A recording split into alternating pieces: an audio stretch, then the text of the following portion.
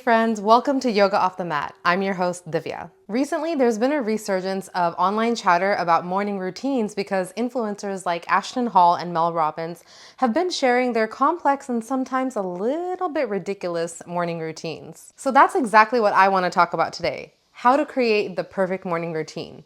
But first, let's back it up a little bit. Ayurveda, the ancient healing practice from India, teaches us that every season requires a different approach for how to build our routines, habits, and lifestyle around it.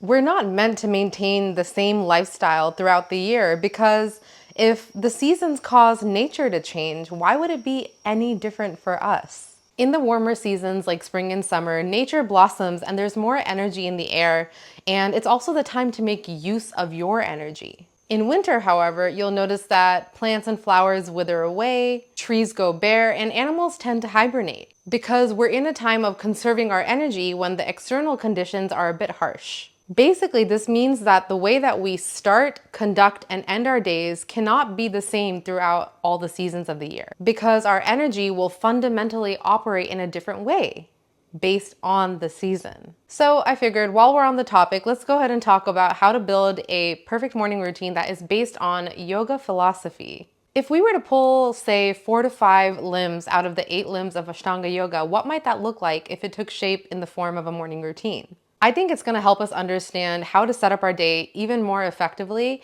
and use it as an opportunity to practice, you guessed it, yoga off the mat. This is going to be the first episode in a seasonal series, where in every new season, I'll share how you can utilize yoga philosophy to customize your morning routine based on the season. Quick disclaimer here, I am not an expert in Ayurveda, I am not a medical practitioner, and Ayurveda is just something that I have been surrounded by for most of my life, just culturally, and I have studied it at a surface level alongside my studies in yoga because they are complementary practices. That being said, the suggestions that I share today are very general lifestyle habits that the vast majority of us can pretty safely and seamlessly integrate into our lives, but they are just meant to be educational and inspirational. And if there's anything that your common sense indicates to you that you should consult with a medical professional about, please go ahead and do that. You should always seek out discernment with any kind of online advice and make sure that you do what's right for you and you consult experts in the fields that pertain to what you're learning. So moving on. It almost feels like yoga philosophy offers us an equation of sorts, where we can pick and choose different elements from different categories of the philosophy and apply it based on what we need in the moment. So based on the 8 limbs of Ashtanga yoga are the categories of external ethics, internal moral codes, movement, energy work, concentration, flow state, and casual enlightenment. The purposes of being realistic for beginner to intermediate level practitioners, meaning you've only been incorporating yoga into your life for a few years now, we're gonna stick with the first 6 limbs of Ashtanga yoga. These limbs all have to do with how you move through the world, how you understand yourself, cleansing the body, the mind, and preparing yourself for higher steps of consciousness. For a bit of context, Ayurveda teaches us that spring is a season that is dominated by cool, heavy, dense, and moist characteristics. We'll see this in nature vis-a-vis the rain, the temperatures outside, etc. But we'll also observe those same qualities mirrored within the human body as well. So to counteract these qualities, or rather balance them, either way, it encourages us to incorporate practices that will create warmth and lightness and start to increase and elevate our energy. Now, Ayurveda, much like yoga, never accomplishes anything through one narrow path. It's always through a sort of crossover of multiple disciplines and practices. So here we have the flexibility of pulling from multiple yogic practices in order to achieve our goal.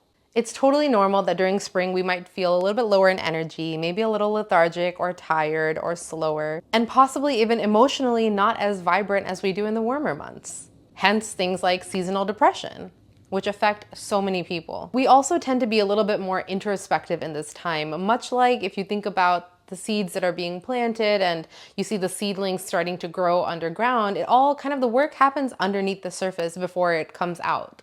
Still, this is a bit of a generalization given that everyone has their own unique disposition based on their dosha or their sort of characteristics. This is a term that's used in Ayurveda to describe sort of just your characteristic leaning as a person. There's the vata, which is more lighter and airy. There's kapha, which is more dense and sort of moist. And then there's pitta, which is a little bit more fiery and heated. Everyone has their own unique sort of composition of these doshas that makes them who they are. Sometimes these doshas can go out of balance, which can cause us to feel certain ways. Maybe it leads into feeling not so well physically or mentally, emotionally, etc. And based on our unique dosha composition, we might react slightly differently to the seasons than the next person. And that's totally normal. So just know that if some of what we're going to talk about today doesn't completely make sense for you, you are more than welcome to customize it and adapt it to your life.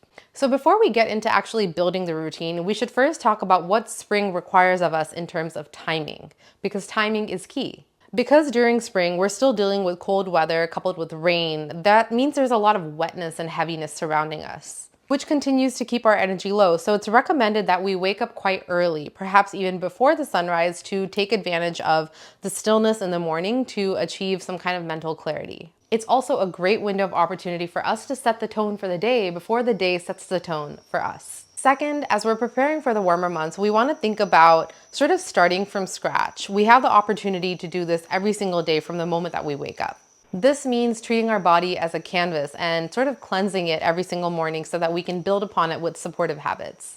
And this also translates to cleansing our mind. And the final observation about spring is that knowing there is so much to come in terms of what's coming to blossom and bloom in the coming months, we want to start with as clear of a physical space as possible, which means that this is a great time to clean up our environment, like the spring clean.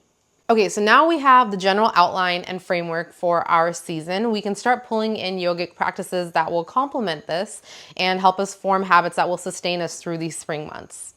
My first consideration when I am building my spring morning routine is to ensure that I'm resting enough to naturally replenish my energy as much as possible. This means that it actually starts with the night before, where I'm starting to wind down my day around 8 or 9 p.m. to ensure that I'm in bed and asleep no later than 11 p.m. so that I'm set up to be able to wake up by 6:30 or 7 a.m. the next morning. Quick side note here to the "you're not better than me because you wake up earlier than me" police. I already know what you're gonna say and I don't wanna hear it. Please don't come at me, because the time that I'm recommending here is for the people who want to do this. You don't have to, this is not prescriptive.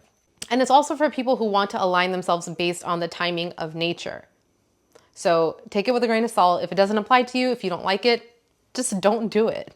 So before I do anything else with my day, I'm gonna make sure that my canvas is nice and clean. The first element of yoga philosophy that we're gonna use as a building block for our spring morning routine is saucha, or the niyama that is referring to internal practice of cleanliness. You can definitely research all the different things that Ayurveda suggests in terms of physical saucha or cleanliness, but here are a few ideas. You can start by scraping your tongue, which removes the buildup of ama, or toxins that deposit on your tongue after digestion. Dry brushing your body for lymphatic drainage, cleaning your eyes, and having some kind of warm beverage to kickstart your digestive system. Next, I might think about how I can clean my space for the day by applying saucha to my home. Aparigraha is one of the yamas dealing with the external practice of non-attachment. It means that we are practicing detachment from things, people, places, ideas, concepts, whatever you have. But in the context of setting ourselves up for spring, it simply means letting go of anything that doesn't serve my highest good in this particular season.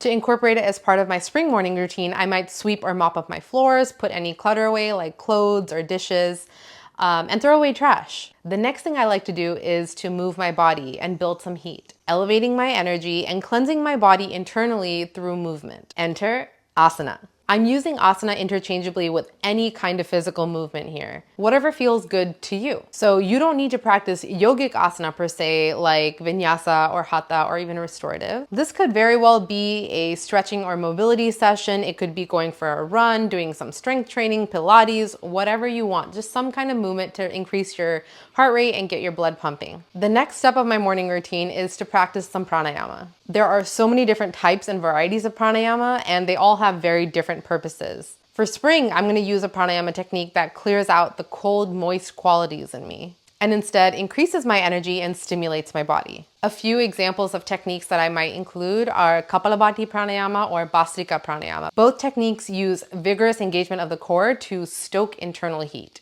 There are so many different types that you can practice, but be sure that when you're done, you take a few rounds of just typical normal deep breathing to bring yourself back to your original state. The next step of the morning routine builds off of the state that you've achieved as a result of your breathwork practice. Your mind should feel a bit more still and quietened after your pranayama practice, priming you to go inward. Svadhyaya is the practice of self-study, introspection, and reflection. And what better time for that than the morning? You can choose to read a spiritual text, journal about how you're feeling, study a subject or topic that you're interested in, or even just sit still in quiet contemplation, noticing how you're feeling in that moment. And the final step locks in everything that you've worked on so far in your morning. Dharana is the yogic limb of concentration and focus. Here, I would choose something that I want to direct my energy towards for the rest of the day. You can choose to practice gratitude in this moment, or some kind of affirmation about yourself, or even choose something that you'd like to embody or accomplish for the day. Give yourself a few uninterrupted moments of quiet to focus on whatever it is that you decide, and then you can carry this intention with you throughout the rest of your day in all that you do. And just like that, we have built a sample morning routine to help us thrive throughout the spring season.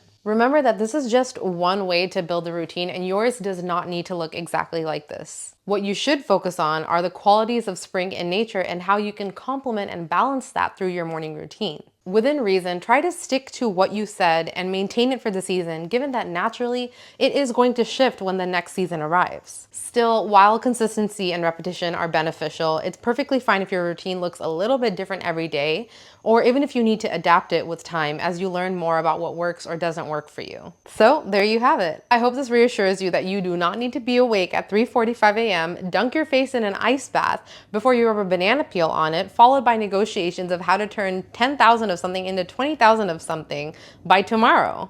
If you know, you know. If you don't know, you're probably better off that way, honestly.